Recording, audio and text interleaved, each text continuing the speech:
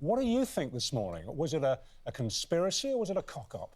Keir Starmer told us at his press conference that he was not able to tell us any more information than he did about that horrendous attack in Southport on 3 beautiful, innocent young girls at a Taylor Swift-themed dance class.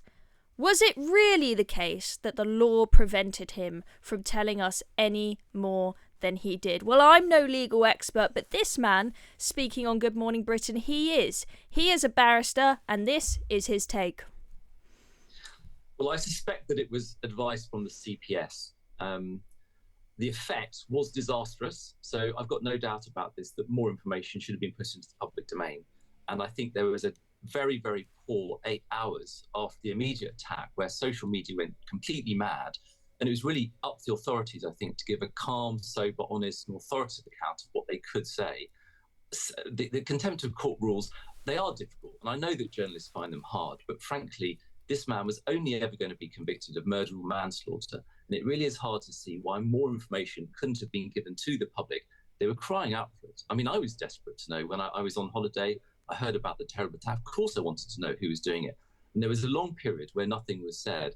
So I think that how the CPS, how the police, how the authorities approach giving information when these terrible attacks occurs has to be thought about in the new social media age. Just saying nothing is no longer an option.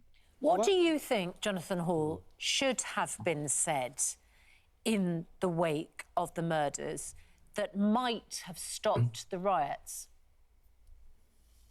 I don't know what was in the minds of the rioters, but name, background, ethnicity, what they could say about the whether he was acting alone, the fact that if this was the case, counterterrorism police were investigating, but they didn't know at that stage whether or not it was a terrorist attack. All the things the public wanted to know. And it's very hard to see, frankly, that any of that would have made a difference to the fairness of the trial, whether he had come in on a small boat, whether he was born here. These were all the questions that were being addressed by the social media lies. And I don't think any of those would have prejudiced the trial at all. So there we go. Those are the words of a barrister who specialises in terrorism legislation. He knows a heck of a lot more than me, and he is suggesting there that the authorities should have been able to give us more information. And we know when other terrorist attacks have occurred, we have been told straight afterwards or very soon afterwards whether it is being treated as a terror attack or not. We were actually lied to. We were told that it was not terror related all along, even though behind closed doors the authorities and Keir Starmer, he said himself that he knew the information.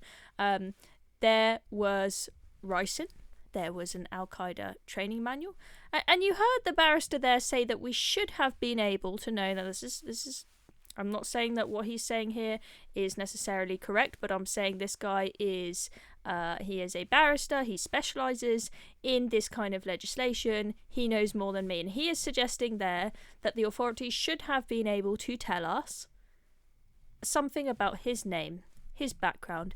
Did he arrive on a small boat or not? These were there was a huge vacuum on social media, everyone wanting to have answers to these questions. We were not given any answers. Yet Keir Starmer, still in his mind, thinks that riots only occurred because this country is full of far-right thugs. Does he not recognise that maybe by leaving such a huge vacuum and not giving a few basic bits of information to the public, which would not have prejudiced the trial, would have maybe stopped that from happening? I'll leave that up to you guys to decide.